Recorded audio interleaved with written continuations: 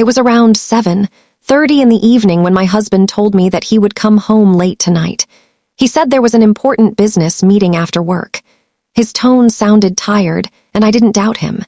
He had been working hard lately, or at least that's what I thought. I smiled and told him to be careful, then continued preparing dinner for him and his mother.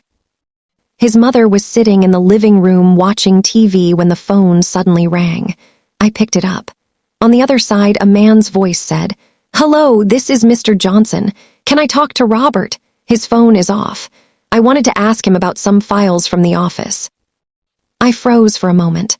"Robert told me he had a late meeting tonight," I said. There was silence for a second before his boss replied, "Meeting? No, there's no meeting tonight. We finished all our work by 5 p.m. My heart skipped a beat. I could feel my hands shaking. "Are you sure?" I whispered. "Yes," his boss replied softly. "Maybe he went somewhere else. Anyway, tell him to call me when he gets home." When the call ended, I stood there for a long moment. I could hear my heartbeat echoing inside my chest. My mind started racing. If there was no meeting, then where was he? I looked at his mother, who didn't notice anything strange. I quietly went to our bedroom and opened the drawer where he usually kept his second phone. The phone was there. It had a passcode, but I had seen him typing it once. My hands trembled as I entered it. The screen unlocked. I opened the location tracker app. My heart started pounding faster as the blue dot appeared. It showed he was in a hotel downtown. For a moment, I just stared at the screen. I didn't want to believe it. I wanted to think it was some kind of mistake. Maybe he was meeting a client there. Maybe something happened. But deep down, something inside me knew the truth. I grabbed my car keys and drove out of the driveway without telling anyone. The cold night air brushed against my face as I drove through the empty streets. My heart was full of fear, pain, and confusion. I wanted to scream, but I couldn't. My lips were shaking, and my hands gripped the steering wheel tightly. When I reached the hotel, I parked my car far from the main entrance. I didn't want anyone to see me. I walked slowly toward the lobby. My mind was screaming inside my head, "Don't do this. You don't want to see it." But my feet kept moving. I asked the receptionist if Robert was staying there. She said no guests with that name were checked in. My eyes scanned the list behind her counter and caught a fake name that sounded oddly familiar. Rob A. I knew it was him. I walked toward the elevator, pressing the button with trembling fingers. The elevator moved slowly, painfully slow, as if it didn't want me to reach the truth. When the door opened on the 5th floor, I could hear laughter echoing from down the hall, a woman's laughter. I followed the sound until I reached room 509. The door was slightly open. I could see a shadow moving inside, then I heard his voice, calm, soft, and playful. The same voice that used to whisper love to me at night. My knees felt weak. My eyes filled with tears, but I didn't cry. I pushed the door gently, and it opened with a low creak. There he was, my husband, sitting on the bed with a young woman in a red dress. She was laughing, her hand resting on his chest. They didn't even notice me at first. "Robert," I said in a low, trembling voice. He turned, his smile disappearing instantly. The girl froze. For a few seconds, the room went completely silent. "Sarah, what are you doing here?" he finally said, standing up quickly. "What am I doing here?" I repeated, my voice breaking. "Maybe you should tell me what you're doing here." He stammered, "It's not what you think. She's a client. We were just—" I laughed bitterly. A client in a hotel room at night. The girl quickly grabbed her purse and ran out of the room without saying a word. Robert tried to follow her, but I blocked his way. My hands were shaking, but my eyes were cold. "I trusted you, Robert," I said. "I gave up my career for you. I stayed home, took care of your mother, cooked for you, loved you even when you forgot how to love me." He looked guilty but angry too. "You shouldn't have come here," he said coldly. "You're embarrassing yourself." Those words cut deeper than a knife. I stood still, my face pale, my eyes empty. "No, Robert," I said quietly. "You just ended your own story, not mine." I walked out of the hotel without another word. The night was dark, but I could still see the lights shining far away. My tears finally fell, and I let them. But deep inside, something had changed. Something had awakened a quiet fire. That night, I decided I would make him regret breaking my heart. Not with anger, but with silence. Not with shouting, but with a plan. He thought I would cry forever. He was wrong. That was the night I began my revenge. He drove me home that night without saying a word. He tried to touch my hand once like nothing had happened, but I pulled away. I went to our small bedroom and sat on the floor with my back against the bed. The clock on the wall kept ticking, loud and steady, like it wanted to remind me of every wasted second of trust. Outside, the city hummed, and somewhere people were laughing, dancing, living. Inside, everything felt empty and heavy. I did not sleep. I watched the ceiling and let the images of that hotel room repeat until they grew sharp and cold. I thought about the years we had been together, the small promises he had made when we first married. I thought about the night he proposed, how his eyes had shone with a kind, believable sincerity. I thought about the nights I had stayed up with his mother, holding her hand while she worried about small things, cooking the food he liked, pretending I loved being the quiet center of our little house.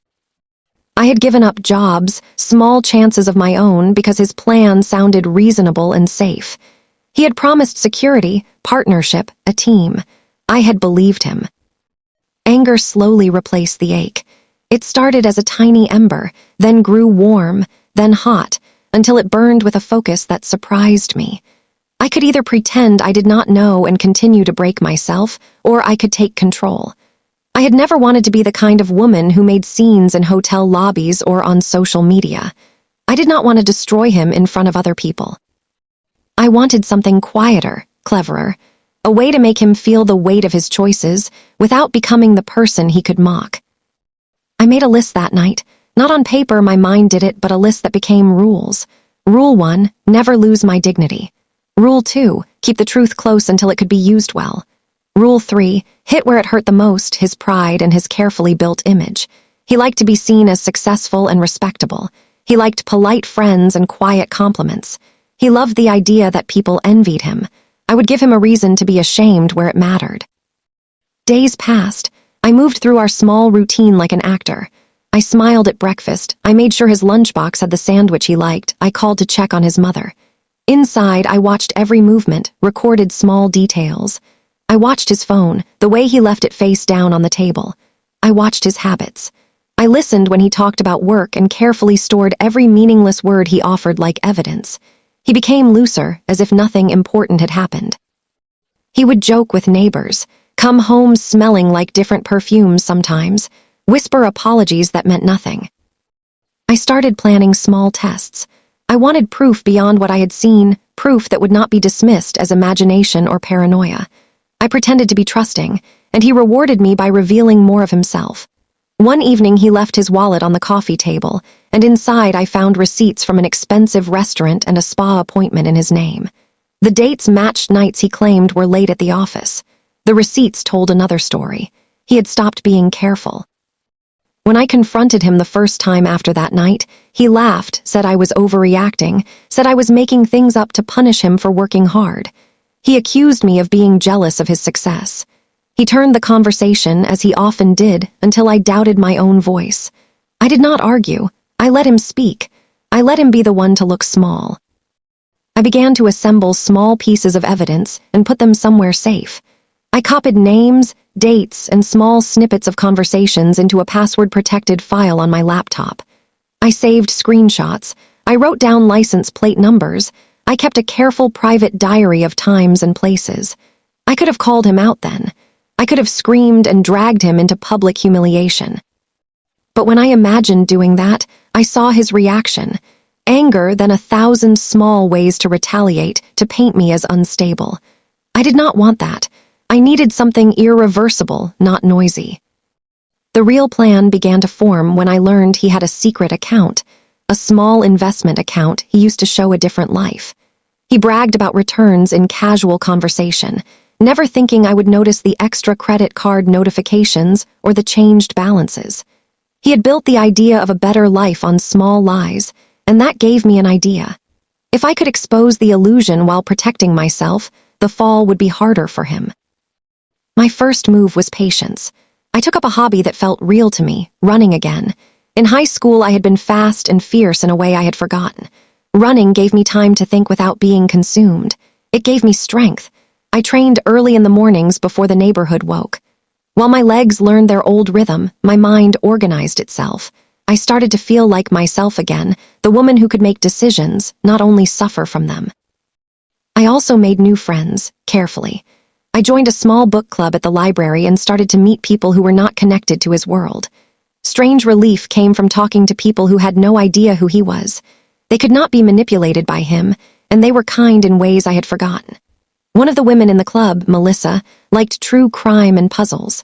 I found myself quietly testing her with small, harmless hypotheticals about trust and betrayal. She listened without judgment and gave smart, practical advice. I learned to appreciate a sharp mind more than I had realized. After a few weeks, I started to turn my collected evidence into practical leverage. I could have gone to a lawyer, but I knew lawyers loved drama and money, and he loved drama only when he controlled it. Instead, I thought of his mother. She had always relied on me. She trusted me the way older people do when they need care. If there was a way for me to show her the truth gently, she could be the instrument without knowing exactly how things worked. Her reaction would be honest and raw, and his shame would be stronger if she was disappointed. So I arranged small things around her routine. I fixed the TV remote she had trouble with, bought her extra tea, learned to ask questions like a friend without seeming suspicious.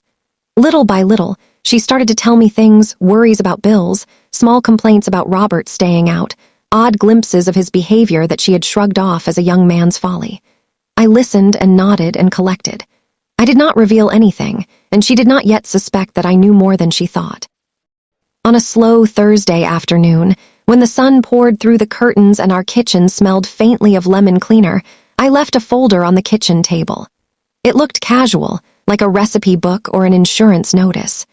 Inside were the harmless receipts and a few pages of my neat notes, neutral, factual, not accusatory.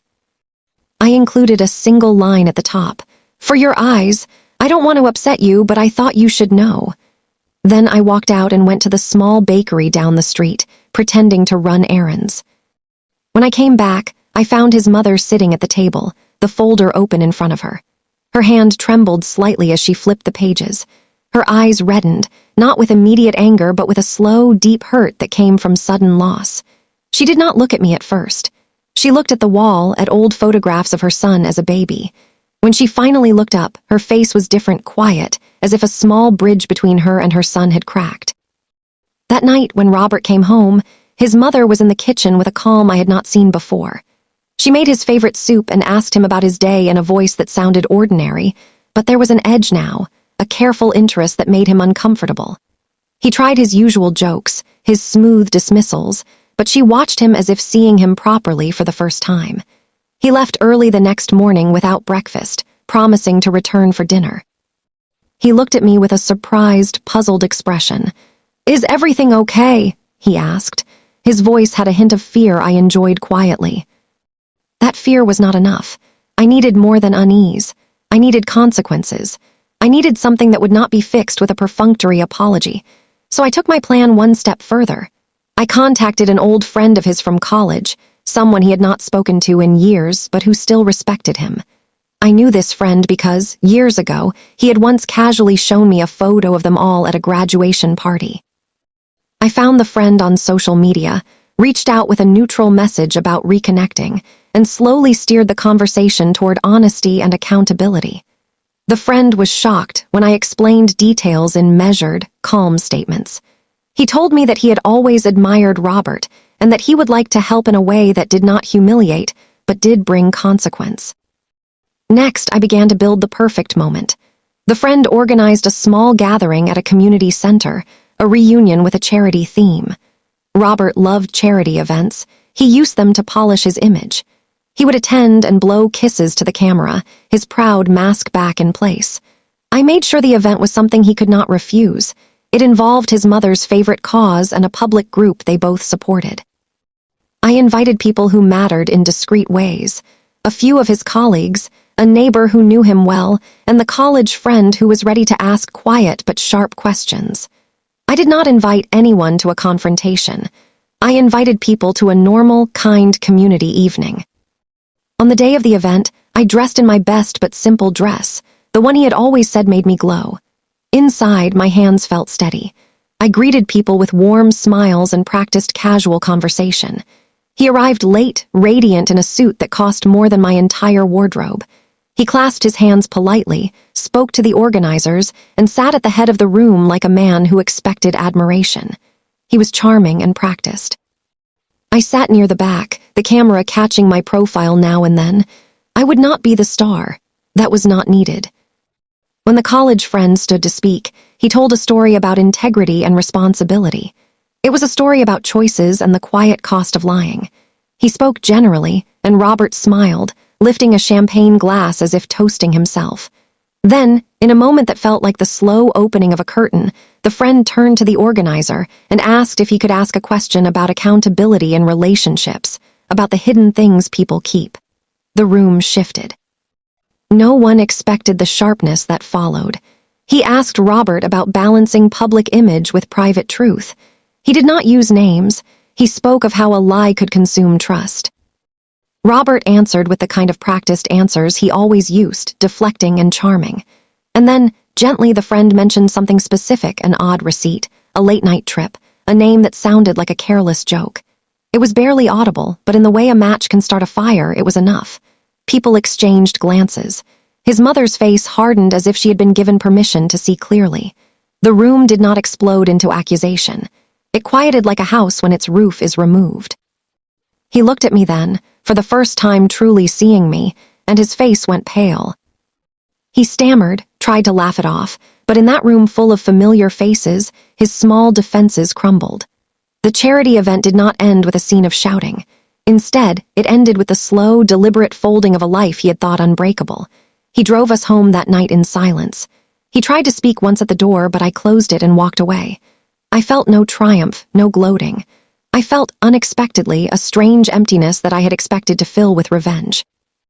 I realized revenge was not a single moment. It was a careful unweaving of lies until only truth remained, and that truth could be as painful as a wound that needed to be tended. That night, in bed, I did not celebrate. I planned. I saved more evidence. I prepared to protect myself in ways that were practical and legal. I wanted to make sure that whatever happened next would not put me at risk. I would not be reckless. My revenge would not be about making him suffer for its own sake. It would be about reclaiming my life piece by piece and making sure he could not simply carry on as if nothing had changed. He left the house the next morning with the same practiced smile, but it no longer reached his eyes. I watched him go from the kitchen window, the coat swallowing any small shape of warmth he once had. When the door closed, the house felt very large and very quiet, like a stage between acts. I moved through the rooms slowly, touching things that used to mean comfort. A mug he favored, the blanket he folded at the foot of the bed. Each small object held a memory, and each memory was a thread I intended to either mend or cut. Weeks went by. He tried to be normal at first, small apologies, soft gifts, the kind of performances people do when they want forgiveness without giving up what made them guilty. I accepted none of it. I answered politely and then changed the subject. I learned how to put his words into a box and close the lid. If he wanted to save face with neighbors, let him. My life would be rebuilt in secret. My plan had been slow and deliberate up to this point, and now it needed a final act, something that would not humiliate him, but would sever the lies he had used to build his little world. I had saved money quietly from small things he never noticed. The refund from a canceled class, a few dollars from my occasional freelance articles, small checks from anonymous tutoring. It was not much, but it was mine. I used some of it to hire a private investigator. It felt strange to call someone and arrange what I called a background check, but I described it as a safety measure. I gave the investigator only the facts I already knew and asked for proof I could use if needed. The investigator's reports came in like small, cold packets of truth. Credit card records, a timeline of hotel stays, messages tied to a second phone plan in a different name. There were photos of him arriving at places he had not told me about. There were receipts with little notes. The proof was meticulous and businesslike. Seeing it all on paper made the humiliation practical rather than theatrical. I was not trying to punish him publicly for fun. I wanted to free myself. I also prepared for the other kind of danger, the fragile legal kind. I met with a lawyer quietly, someone who promised to explain options without judgment. I learned about rights and separations and how to protect my name and my future. The lawyer's office smelled of lemon and old books, and the woman who took my case asked careful questions. She advised me to gather everything: joint accounts, deeds, messages, proof of the ways our lives had intertwined. She said plain things. A marriage is both an emotional agreement and a legal partnership, and she told me how to protect myself if it came to that. All this felt practical. It felt grown-up. It felt like taking off a bandage with hands that trembled less each day. Then, one evening when the sky was the color of old coins, I drove to the outskirts of town to meet someone I had not seen in a long time, the girl I had seen in the hotel that night. I did not want revenge through violence or public shame. I wanted truth and cards placed face-up on the table. I found her at a small coffee shop, her energy nervous, like a bird that had fluttered too near a window. Her name was Mia. She was younger than me, her eyes bright and confused when I told her who I was. We sat across from each other. For a few minutes we were both quiet, cups cooling between our hands. She started to cry before I had to ask anything. "I thought he loved me," she said. "He said he was building something, that he was stuck, that he would choose me if things were different." Her voice was small and more child than I expected. She was not cruel. She was a symptom of his lies, not the cause. I did not yell or accuse her. I listened. When she finished, I asked calmly, "Did he know you had no idea about his home life?" She nodded. "Then you were used," I said simply. Her hands trembled. We talked for hours. She told me small things, dates, places, names he used. I compared her story to the evidence on my phone. Pieces fit together like a map. We made a quiet, strange pact. She wanted to leave him. She wanted no spectacle. I wanted truth and finality. Together we planned a conversation that would end everything without the theater he loved. We would give him a choice, truth and work, or truth and separation. I would no longer be the woman who forgave the same small wounds repeatedly. I would be the woman who asked the last questions. The night we set was ordinary and rainy. He arrived at the house smelling of cologne and cigarettes, the same mixture he used when he wanted to seem larger than he was. He sat at the kitchen table and tried small talk. His mother busied herself in the living room, pretending to knit. Mia came later, on time, quietly. When I opened the door for her, he froze. He tried a smile that did not reach his mouth.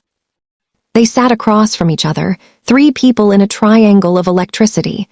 I watched him as if studying a painting I had once loved. I watched for the moment his mask slipped. Mia spoke first. Her voice was steady now. She told him how she had felt lied to, how she deserved the truth.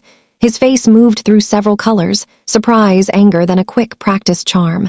"I swear," he said at first. "I never said," but the words fell like fragile glass and broke. I slid the investigator's report across the table.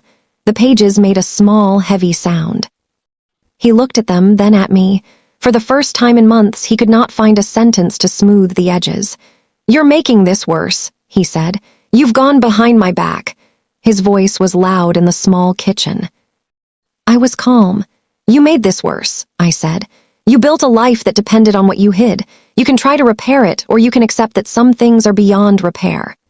I told him I had been to a lawyer and had gathered proof, that I had options.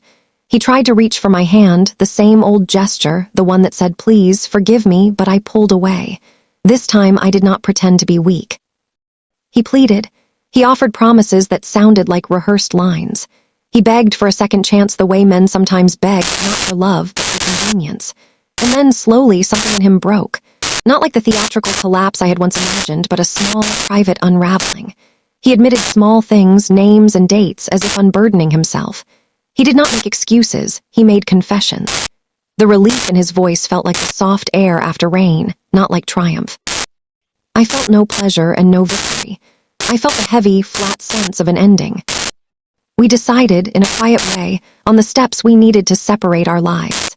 He moved first into a small apartment downtown, the kind of place that had the charm of peeling paint and the loneliness of small windows. He took only what he needed and left behind things that used to define him: medals, pictures where he had made himself the hero.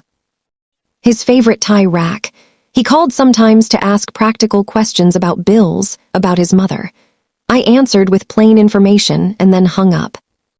Life after that rearranged itself like a room with new furniture. I found small pleasures again, a Saturday morning at the farmer's market, the taste of good bread, a book that made me laugh. I started teaching again at a small community college, evenings where I helped students who wanted a second chance. The work paid little, but it paid in something else, the slow, deliberate return of respect for my own mind. I reconnected with old friends who never needed to see my life as part of a show. We ate, we talked, we mended. His mother came to me sometimes, bringing soup or pie, and we both shared a silence that was not empty but full of something like understanding. She apologized once not for her son, but for the way life had been arranged. "I wanted to trust," she said, her voice small. "He was my boy." I held her hand and told her that love is messy and that people can hurt the ones they love without meaning to. She cried quietly and then made tea. There were dark nights. I wept sometimes at the small, private things, the smell of his cologne on an old sweater, the empty space on the side of the bed. I felt foolish for some things and proud for others. I would not say revenge had been revenge in the way the movies show. It had been a reclaiming of time, of dignity, of the small rights to quiet happiness. Sometimes revenge is simply the courage to build a life again on your own terms. Months later, I received a message from Mia. She had left him and started a small art class in a neighboring town. She sent photos of painted canvases, bright, messy, alive. I felt a warmth I had not expected. She had been wounded, and now she was learning to make something new. One afternoon, walking through an old street where the trees formed a green tunnel, I bumped into the college friend who had helped at the event. He smiled and asked how I was. I told him truthfully, better. He said something like, "You were brave," and I turned away for a second because bravery felt like a large word for small acts. But inside, I knew he was right. Bravery had been making decisions that protected me rather than dramatized him. It had been patience and careful evidence, quiet legal steps, the courage to be ordinary again. I did not try to humiliate him in public. I did not seek revenge by breaking him. Instead, I carved out a life where his lies no longer fit. He found his own ways to live with the consequences, smaller parties, quieter conversations, a new, necessary honesty when he met people who did not know the old stories. Years later, when I looked back, the hurt did not disappear, but it softened. It became part of my shape rather than the whole of it. I kept the folder of evidence for a while, then folded it away into a drawer. I had used it when I needed to, and now it was a record rather than a weapon. The primary truth I carried forward was not about him, but about myself, that I could survive betrayal and still find something like peace. On a clear morning, with the city humming and the world going about its ordinary dramas, I sat on my small balcony with a cup of coffee and a book. I had a new job teaching creative writing, where I urged my students to be honest on the page even when the truth was difficult. Sometimes they asked me about love and pain and how to turn one into the other. I would tell them gently that pain can be a teacher if we let it be, but only if we also remember to live. My life did not become perfect. There were mistakes and small regrets, and sometimes a sudden memory would stir a cold ache. But I had reclaimed my dignity, piece by piece. I had taken the quiet road that led away from spectacle and toward a life where truth mattered more than image. That was my revenge, not to make him suffer for the rest of his life, but to make sure that I did not waste mine on him.